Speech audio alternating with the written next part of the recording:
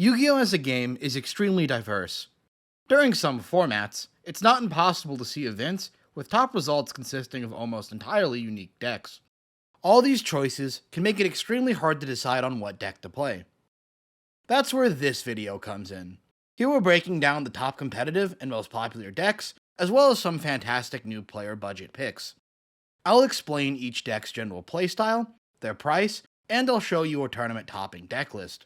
That way we can help you decide which Yu-Gi-Oh! Deck is right for you. Starting out, let me explain my three initial categories: meta picks, rogue options, and budget picks. Meta picks are, in my opinion, the best decks in the game. These are the most likely decks to win an event and have the most success in the format. Unfortunately, this current format of Yu-Gi-Oh! Falls into what's called a Tier 0 format, meaning one deck or engine overwhelms the rest of them in tournament results. Don't let this discourage you too much, as player skill can overcome deck differences. Or luck, that happens too. But that's why I'm still able to pull winning deck list for my budget and rogue decks in this video. Still, for this format's peak competitive scene, I have to say going for a Snake Eyes variant is your best call. Rogue options tend to have more sporadic tops, or just aren't as popular. This is where most very strong but not quite as overwhelming decks tend to fall. This format is weird, since there's really only 2.5 major meta decks. It leaves the rogue category being very large and way too wide. But to help make it a bit more explainable, I split them in the strong rogue and weak rogue. That should help clarify things. Lastly, we have some pure budget picks. Budget picks are decks available for around $100. Being a budget deck doesn't mean they're not competitively successful. For example, Marincess and Floowandereeze see relatively frequent tops, even if in my opinion, they're not as strong as some of the other rogue decks. Both rogue decks and meta picks usually have a price tag ranging from $300 to $700. Now, $700 is an absurd price tag. I will break things down on a deck-by-deck basis, but I think it's more important to show off individual cards and engines that are costly. As you can see, the three common staples of SP Little Knight, Triple Tactics Thrust, and Axis Code Talker inflate decks massively, with Zeus and Typhon also generically inflating XYZ decks. For almost every deck in the game, you're going to need at least one copy of SP Little Knight to play competitively. In fact, a ton of pro players like running multiple. Of course, the major Snake Eyes engine will be quite expensive. Some fire decks like Rescue Ace and Fire Kings will usually need to make use of the Diabellstar engine. Mill decks and rank 8 decks like to use the Horus engine, and Dragon decks or random niche builds will use the Bystial engine. These are the most generic expensive cards, but each deck has its own engine and options, so prices vary wildly. In my individual deck breakdowns, you can see the price in the top right, alongside the information about what tournament it's from. Here's the most controversial part of the video. It's Playstyle Breakdown. This is entirely subjective, since all modern Yu-Gi-Oh! Decks all combo, all have control elements, and can all OTK. The unique parts come from how the deck is structured, what mechanics they use, and how specifically their disruptions work. The first category is engine and hand trap decks. Usually refined as a simplified engine to perform a series of established plays over and over again. This can also be known as tempo, all while throwing out a ton of hand traps and staples. These really are just the baseline for a modern Yu-Gi-Oh! Deck. Each one still has unique mechanics, such as Fire King's self-destruction synergy, or purely building big XYZs. But structurally, these decks are similar.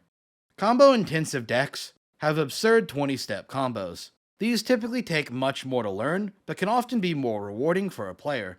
A higher skill floor and a higher skill ceiling. I recommend checking out a full guide before starting to play one of these decks. Toolbox decks take the refined engine of generic decks and add in a ton of more variety to what options you can go into. These decks are all about finding the perfect solution to an opponent's board. Activate Brand Diffusion and go into anything, and send the perfect combination of one-offs to the grave to set up the perfect counterpick. I've split control into a few different categories: Floodgate, Banish, and Value Control. Floodgate control decks are control decks built around one or more Floodgate type effects. Shaddolls are based around Winda, Horus Stun tends to abuse Skill Drain, and Labrynth can run a variety of stun traps. Banish control decks are those decks that run Dimensional Shifter and usually hate the graveyard. There's a lot of variety in this category, but you'll be able to tell if it feels like you're playing a hate crime. Value control decks are decks that throw generic draw power into a tight control engine. Let's kick off the meta section by explaining the core that drives the meta. Snake Eyes are a very easy link spam deck that has the unique qualities of also messing with monsters as continuous spells and being fire type. Their main enabler, Snake Eyes Popular, special summons itself when it's searched, and then searches a card. The deck has 13 different ways to search it. Popular leads in the combos with easy link climbing, especially revolving around the card Promethean Princess, Bestower of Friends. The deck ends on a lot of very good, but not absurd disruptions. It can put an opponent's monster into their spell and trap zone, make Apollosa, pop some monsters, maybe make Baron. What makes it crazy is how consistent it is, how many disruptions it makes, and how the deck can just keep grinding. It will just combo through anything an opponent can throw at you. Any one resolution is almost always full combo. The deck can also OTK and clear board absurdly easy. The engine is also tight enough to run an absurd number of hand traps for extra disruptions or to go second. This is the pure build and the simpler build. Honestly, if money is not real to you, this deck is great for a new player. It's got relatively simple combos that can be learned relatively easily, and be optimized as you improve. The problem is, this deck is absurdly expensive, and very likely to receive hits on the ban list. It is more or less tied with the next deck mentioned for the best deck in the game. Fire King Snake Eyes take the before explained Snake Eyes engine and combos, and add into it a Fire King package.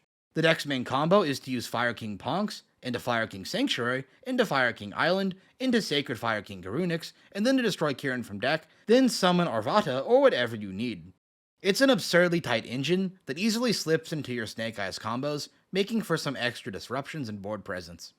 Most meta builds tend to fall around the build shown here, but later on in this guide, there's a budget build for Fire King with Tri-brigade.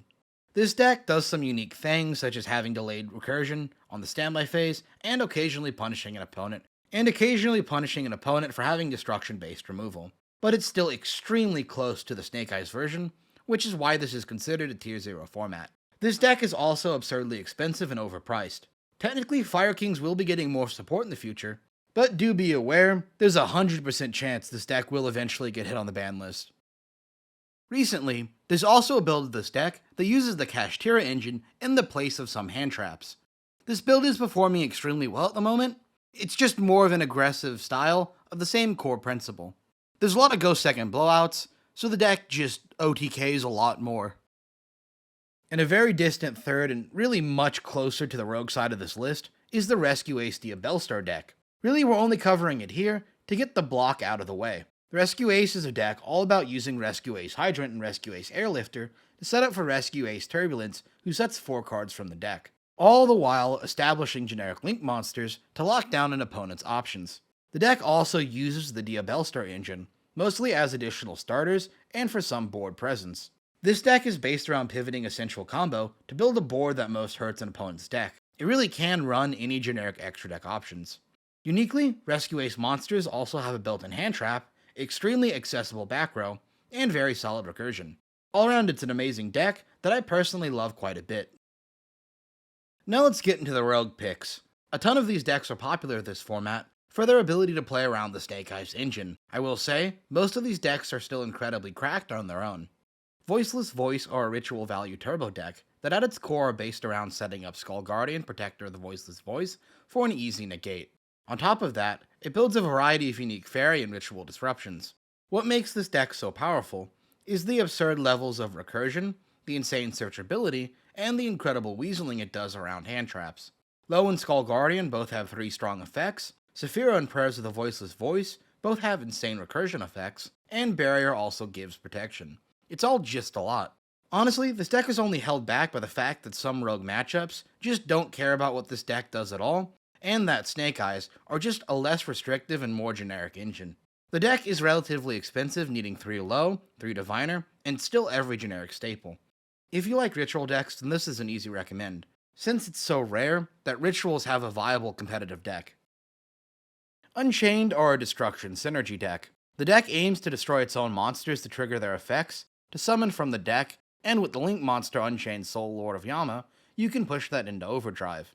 Disruption-wise, this deck is pretty unique. On one hand, you have the Unchained Souls of Anguish and Rage, which let us link climb using an opponent's monsters. For the other half of the disruptions, we have DDD Wave High King Caesar, who is a double summon negate, And we have the Miser King Deus Machinax, who lets us attach an opponent's monster to him as material. This deck having non-destruction removal is huge, and it makes it quite the threat in the hands of a talented player. The deck's gotten a lot cheaper than it used to be, as it has been around for a while in the metagame already, but it's still a fantastic pick for any player looking for a meta deck at a reasonable price. Plus, we can still look forward to this deck getting to use the Yubel engine once we finally get that promo releasing in the TCG. Despite having its boss monster banned, Kashtira is determined to prove to Konami that they were poorly designed by still being a threat. What Kashtira do is have two monsters, Kashtira Fenrir and Unicorn, that are combo starters, gigantic bodies, and disruptions by themselves.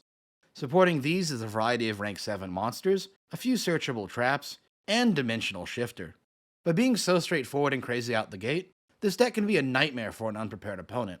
The deck punishes singleton extra decks, graveyard-based options, negates without removal, and just people trying to have fun. If this deck wasn't so expensive, I'd actually recommend it to new players. As it is now, it's surprisingly back and forth, and at least when I'm playing it, fun. At least when it's not the only deck in the format. Its combos are incredibly straightforward, and the deck is an easy lesson in managing resources. Purrely are a very cute anti-meta XYZ deck, with the gimmick of XYZ monsters gaining effects based on what quick play spell is equipped to them. Typically, this leads into making a giant X Purrely Noir that can't be affected by an opponent's activated effects. It also has a ton of attack and will get insane removal. This deck has very few once per turn restrictions, making it very powerful against a ton of matchups. However, with the ban list and meta the way it is, this deck has needed to adapt somewhat. Some builds are now using a Ghost Trick engine, some builds are using the 2 remaining Ishizu cards, some builds use sprites, and some builds are still just trying to power through with the classic strategy. While this deck is very strong, the biggest selling point is the art. People go nuts for it. Really, I do feel that some decks can just out this strategy super easy. Tenpai Dragon are the first OTK Battle Phase deck that has been relevant for almost 10 years. The deck works by having each of its 12 starters search each other to set up for big synchro monsters. These synchro monsters then tag out into their base forms, which can then be used to synchro summon again. Make the right synchros and you can KO through Pot of Prosperity. Since this is done in the battle phase, it's a nightmare for players to interact with. It's funny, because this deck struggles to go first. So this deck main decks stupid anti-fun floodgates like Heatwave, Dimensional Shifter, and sometimes just a million hand traps. Luckily, future support just lets you skip the opponent's main phase. Tenpai Dragon are a rare case of Konami releasing a hyped deck at a low rarity, meaning the main core is extremely cheap.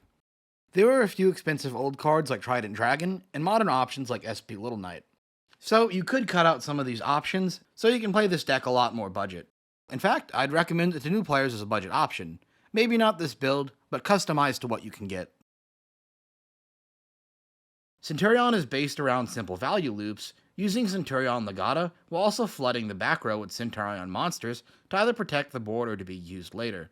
But what really makes this deck interesting is that the Centur-Ion field spell lets us synchro summon on the opponent's turn. With some extra steps, this gives us crazy options like Crimson Dragon, Baron de Fleur, and Chaos Angel. The deck gets to some seriously powerful end options like Hot Red Dragon Archfiend. This deck also kind of falls into that value control category I made earlier, but definitely classifies under the broad engine and hand trap category. It's a solid deck to play, but unfortunately it's too expensive for its own good, which knocks it out of me recommending it.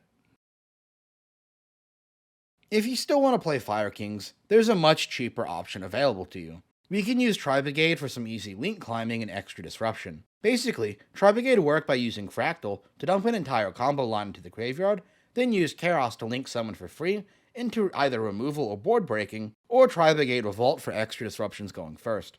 We can cut this deck's price to around $100 if we cut Access Code Talker and SP Little Knight. They're great cards, but we can make do. Outside of that, this deck only requires $30 in Fire King structure decks, a $60 Tri-brigade engine, and a few miscellaneous staples. And it is a deck that can have a solid performance at a tournament level, even if it's not the most optimal build. Once you get comfortable and want to go full competitive, it can be upgraded into the Snake Eyes build before mentioned. Fire Kings are such a fun deck for new players to pick up, plus the more linear combos should be easier to pick up than some of the absurdity other decks can require. Labrynth are a trap control deck, and often a floodgate trap control deck. The more common build of Labrynth right now is the Furniture combo build. Abusing built-in hand traps to set up and activate trap cards on the opponent's turn, as well as to put powerful cards in the graveyard, the combo with cards like Transaction Rollback. The Furniture build also enables solid access to the extra deck, particularly options like Chaos Angel for removal, and Muckraker from the Underworld for player removal. This deck is good, but it suffers too much from being a trap-based deck. To get to its plays, it inherently requires more time or investment than every other deck, plus it's more vulnerable to removal. Maybe this deck will come back into relevancy during a slower format, or after it inevitably gets more support. You ever feel like committing a war crime? Well, that's where Horus Stun comes in. Horus, as an engine, likes to send themselves to the graveyard, then special summon themselves for free each and every turn. Combo this with some floodgates and a few rank 8s, and you have an incredibly toxic and brutally simple gimmick deck. It's very fun to play, but miserable for an opponent. Surprisingly, that's about all there is to say about this deck. The deck's a bit too expensive to recommend to new players. You know, I have noticed there's been a weird revival in stun decks in Yu-Gi-Oh! Like recently. I don't know, I might make a video on that later, once I can put more into words why. Marincess are a water link climbing deck, and they're incredibly straightforward. There are two main parts to this deck's inboards. First, they can make a big towers type monster with Aqua Agronaut, and several equips. The second option is to abuse the powerful generic water extra deck. Abyss Dweller, Totally Awesome, and Stealth Kragan. These let you pivot to handle specific matchups. This deck is quite a bit weaker than the meta, but it's very budget, and it's super new player friendly. The deck is just an easy recommendation for new players. Branded Despia are a Fusion Toolbox combo deck that can do literally anything after resolving Branded Fusion. This deck can give your opponent a copy of Gimmick Puppet Nightmare to lock an opponent completely, or this deck can play Mirror Jade and Guardian Chimera Turbo. This deck is absurdly good at recurring cards, since almost every card comes back to hand or field if you just vaguely think about a fusion monster. Jokingly, we say this deck loses to Ash Blossom. It's a great deck that's likely going to keep getting new support forever, so it's not a bad pickup if you like fusion summoning. Here's my favorite cope deck, Invoked Dogmatika Shaddoll. The goal is simple. Fusion summon El Shaddoll Window, and then watch an opponent struggle. Not only do you have the classic Shaddoll Fusion, you also have the Dogmatika engine. It can send El Shaddoll App Cologne to grave from the extra deck to set up Shaddoll Schism and make Window on the opponent's turn. Or Dogmatika can be a powerful board-breaking tool. To round this out, this deck has the Invoked engine for access to Invoke Mechaba for an Omni Negate, and Invoke Purgatrio for a surprise OTK. This deck is a bit bricky and a bit dated. Luckily, Super Polymerization goes hard, and Shaddoll Fusion solves a lot of problems when it goes off. I do have to be honest with you, you'd be better off just playing Invoked Dogmatika Bystial. It's a much more up-to-date version of the deck, trading Shaddolls for Bystials. This lets you play faster and with more disruptions. Exosister are a Banished Synergy XYZ Turbo deck. Step 1 is to make an XYZ monster through any means possible, then use the easy searches provided to you to make another one, then XYZ again onto their big boss monster Magnifica. This should give you 3 to 4 disruptions minimum, and the ability to potentially turn off the effects of the graveyard entirely. A cool thing to note is this deck uses the Spirit engine for easy access to rank 4s. This is one of those D-shifter decks, the same as Kashtira and Floowandereeze. It's not as consistent as Kashtira, or as anti-meta obnoxious as Floowandereeze, but it does have the most punch out of this brand of deck. It's pretty cheap too. Just ignore the triple tactics thrust in the side deck of the list I'm showing. Floowandereeze are a normal summon tribute deck with banished synergies. Basically, this deck does a line of normal summons to end on a big floodgate or disruption if they do it on the opponent's turn. The bigger push in power is this deck's synergy with banished cards like Dimensional Shifter and Dimensional Barrier. These can just auto-win some matchups if not removed. The downside of this deck is some not minor consistency issues. This deck bricks a lot. Still, it's a great budget pick for new players, even if I feel like it's not as good as Kashtira. Runick are a control deck out value engine that have a ton of powerful builds. This time I'll be highlighting Bystial Runick Orcust. Runicks provide a discard, a free special summon, and a potential draw engine. Orcust are a simple graveyard combo that provide an extra disruption, extra removal, and some easy link plays. The Bystial engine provides an extra layer of disruptions and some amazing banished synergy. Surprisingly, these engines almost feel like they're made for each other. The downsides are that this deck has some easily stoppable choke points and isn't a great recommendation for a new player. Still, it's a great pickup if you want to try some classic Yu-Gi-Oh! Engines, mixed with some newer spice. Personally, I like for higher sprite Runick more, but I thought I'd shout out Orcust Runick Bystials because it's honestly a much cooler deck. Salamangreat are a Link spam Fire Cyburst anime deck. They're barely holding on to relevance with their newest wave of legacy support. The deck historically worked by abusing generic Cyburst support, but really, it's based around abusing its Link 1, its Rank 3, and Promethean Princess as crazy extenders. It really helps the deck be resilient enough in the current format. The deck's basic plays include searching Ash Blossom, setting a Trap Negate, and abusing the insanity that is modern fire support. This deck is very grindy, and very rarely runs out of resources. It also OTKs very easily. It's a great recommendation for players who used to love the deck. The new tools and combos don't take that much time to learn, plus it's fun. Aroma Rikka Therion, also known as Plant Link, is a wombo combo deck that abuses 3 different engines. Aroma just mess with life points to search cards, get free link materials, and win in time for free. The Sunavalon engine is one of the best combo enablers ever seen. The Therion engine is a free negate, and the Rikka engine abuses tributing an opponent's monstrous cost and doing other obnoxious and hard to react to plays. The downside of this deck is some harsh hits on the ban list and a very high skill floor required to play. The deck is relatively cheap and can take you very far. It's my personal deck of choice, and I have had some competitive success in the past with it. Plus, you have a lot of room to customize this list and how you want to play. That being said, the difficulty to pilot makes it hard to recommend. You end up having to play much tighter than everyone else just to barely keep up in this current format. Vanquish Soul are an incredibly fair grindy control deck. They work by using a simple normal summon, then a Link 1 to accrue value and setup for their skills. Vanquish Souls get effects based on the attributes of cards revealed in hand. On one hand, they have an incredibly powerful and consistent searching engine, but on the other hand, the disruptions this deck makes are somewhat weak and take a good player to really use well.